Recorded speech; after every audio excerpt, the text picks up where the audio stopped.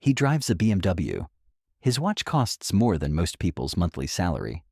His Instagram is full of business class seats, rooftop restaurants, and tailored suits. He talks about investments, side hustles, and building wealth. Everyone at the dinner table assumes he's doing great. But behind all of that, his credit card is maxed out. His savings account has less in it than a college student's. And somewhere in the back of his mind, he's running numbers at 2 in the morning trying to figure out how to make the next mortgage payment. This isn't some rare story. This is happening right now in cities all over the world to men who are 40, 45, 48 years old. Men who look from the outside like they've figured it all out. Men who have built an entire performance of success around themselves and then quietly got trapped inside it. And here's what makes it so interesting and so brutal, is that most of them didn't set out to deceive anyone. It happened gradually, one decision at a time, one upgrade at a time, until the image became more real than the finances behind it. So let's talk about exactly how this happens, because once you understand the mechanics, you start seeing it everywhere. It usually starts in the mid-30s. A man hits a point in his career where money starts actually coming in. Maybe he gets a promotion. Maybe a business takes off. Maybe he finally earns what he always thought he deserved. And for the first time, he can afford things he couldn't before. A nicer car, a better apartment, clothes that actually fit. And that feels good. That feels like arrival. Like he made it. The problem is that the brain treats that feeling like a destination, not a moment. A destination. And once you arrive somewhere, you don't want to leave. You start making choices not to get ahead financially, but to stay in the feeling of having already arrived. That's the first trap. And almost nobody talks about it. The second trap is identity. When you've been poor or struggling or just regular for most of your life, and then you suddenly have some money, your whole sense of self reorganizes around that shift. You stop being the guy who had to check his bank balance before buying groceries. You become the guy who never has to think about money. And that new identity is incredibly seductive. It's also incredibly fragile. Because the moment you start making decisions to protect the identity, rather than the actual bank account, you're in trouble. And men in their 40s are especially vulnerable to this.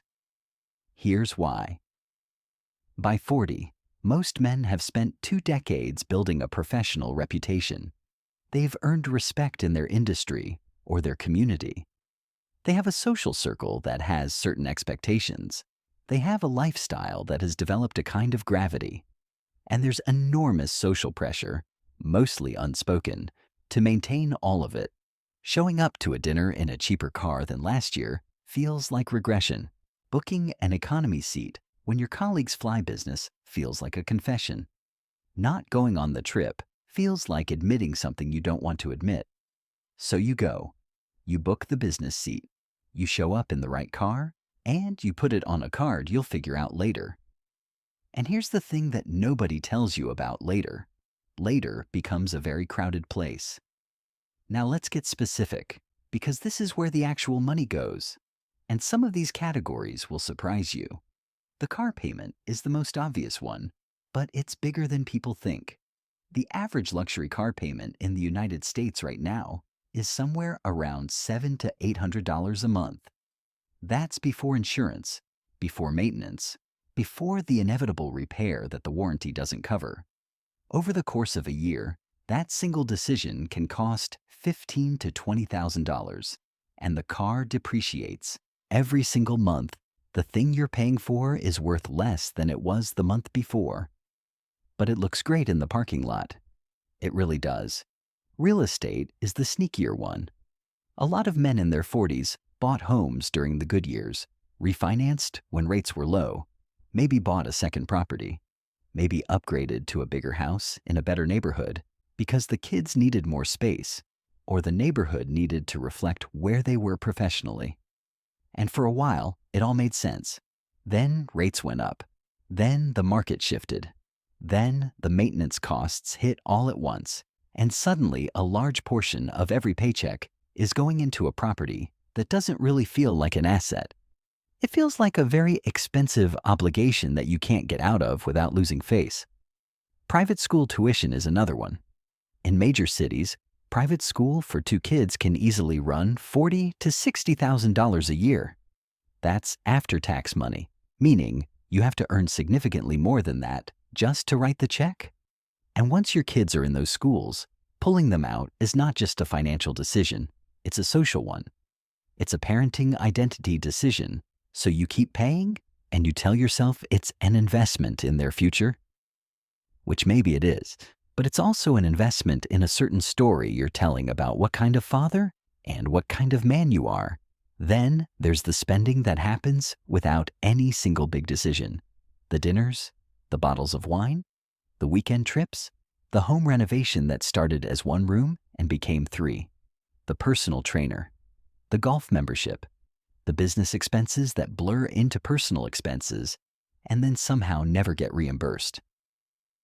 None of these feel like disasters on their own, but they add up to a number that would be genuinely shocking if anyone sat down and calculated it honestly, which is exactly why most people never do.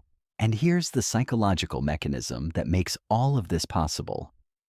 It's called lifestyle normalization. When you've been living at a certain level for long enough, it stops feeling like a luxury. It starts feeling like the floor, the minimum, the baseline of acceptable existence. And cutting back doesn't feel like being smart with money.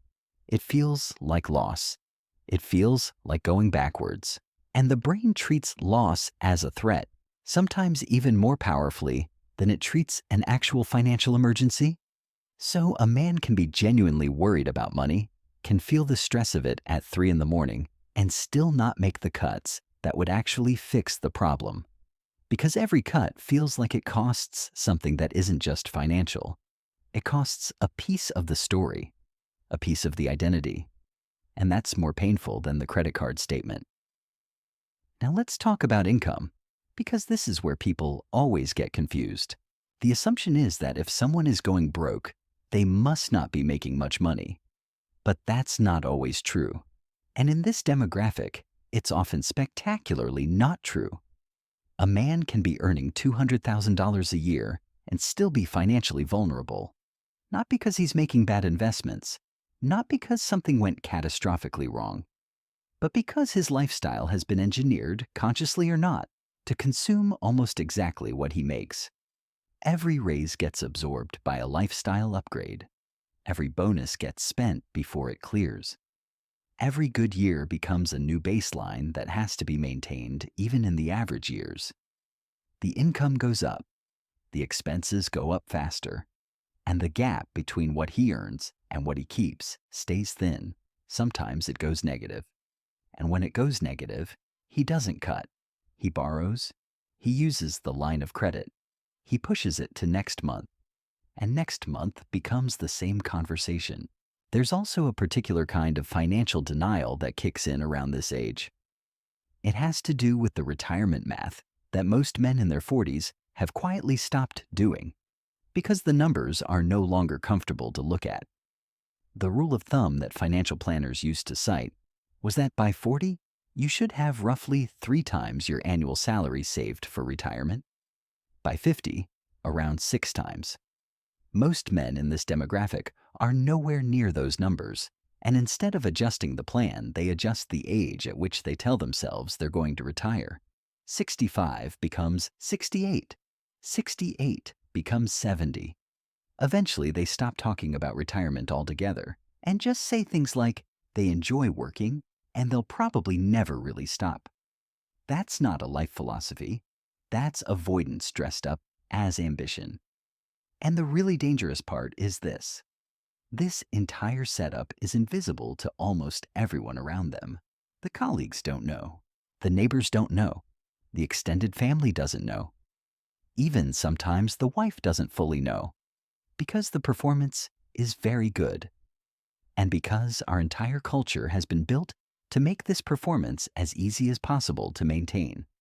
Banks will lend you money to look rich. Credit card companies will finance your lifestyle in exchange for interest that slowly bleeds you. Car dealerships will put you in a vehicle that sends the right signal for a monthly payment that feels manageable until it isn't. The entire economy of visible status is built on the premise that you can rent the appearance of wealth indefinitely. And it works, until something breaks the illusion. The thing that breaks it is usually not gradual. It's a shock, a sudden expense, a job loss, a divorce, a health issue, a business that was doing fine last year and isn't this year, something that disrupts the income or dramatically increases the expense. And when that happens, there's no cushion. There's no runway.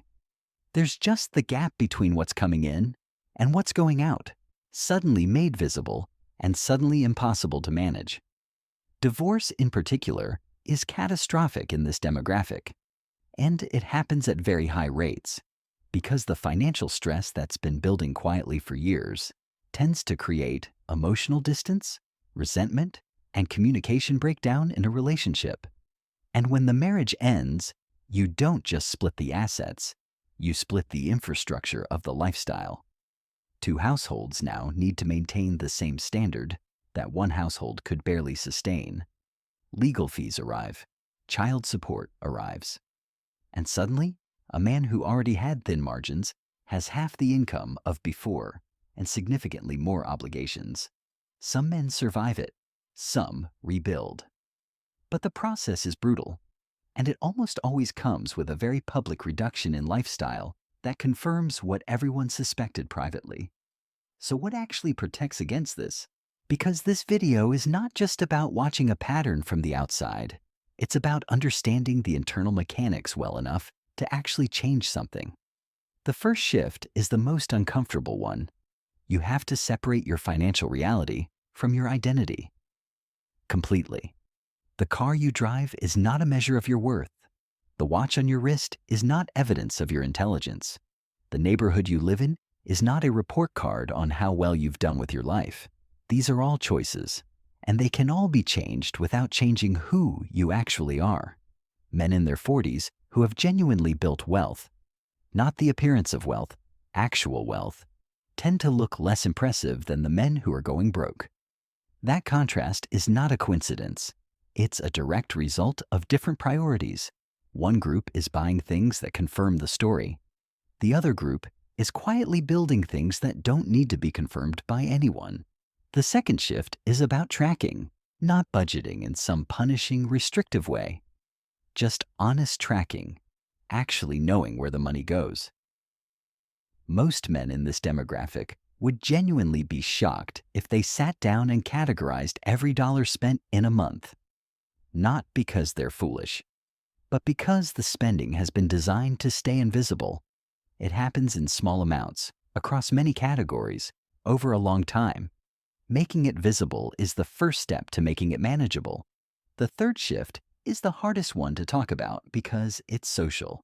You have to be willing to let some people's perception of you be wrong, not forever, not completely, but during the process of actually getting financially healthy, you will probably look less successful than you did when you were quietly falling apart.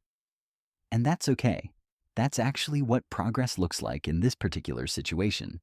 The fourth thing is this: get honest about the gap between the age you think you'll work until and the age your money says you can actually stop. Run the real number, not the comfortable version.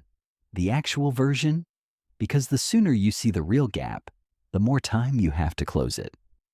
Every year you delay, that conversation is a year of compounding. You're giving up on the wrong side of the equation.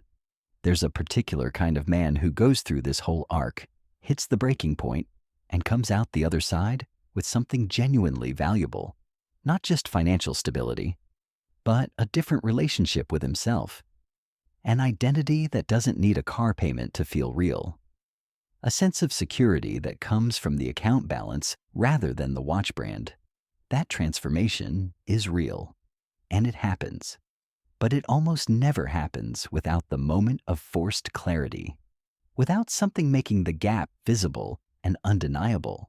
The difference between the men who transform And the men who just keep cycling through the pattern is whether they're willing to look at the gap before it forces them to, whether they can tolerate the discomfort of reality long enough to actually do something about it. There's a reason this topic doesn't get talked about more openly. It's not just that it's embarrassing, it's that it contradicts the entire narrative that many men have built their self-worth around. The narrative that says working hard and earning well means you're winning. That says the visible markers of success are evidence of actual success. That says everything is fine as long as it looks fine. It takes courage to challenge that narrative from the inside. But the alternative, continuing to perform wealth while quietly drowning, is not actually easier. It just feels safer. It delays the reckoning. It doesn't prevent it. And sometimes the most powerful thing a man in his 40s can do is quietly, privately, without making a big announcement, start making different choices. Not dramatic ones, not ones anyone else will notice right away. Just the kind of choices that start closing the gap instead of widening it. 1 month at a time, one decision at a time. Because the men who end up genuinely secure at 60, who actually have options, who aren't running numbers at 2 in the morning and hoping nothing breaks, they didn't get there through a single dramatic pivot. They got there by changing the direction of their choices before the crisis made the change for them. That's the move. That's the whole thing. And the window to make it is always smaller than it seems.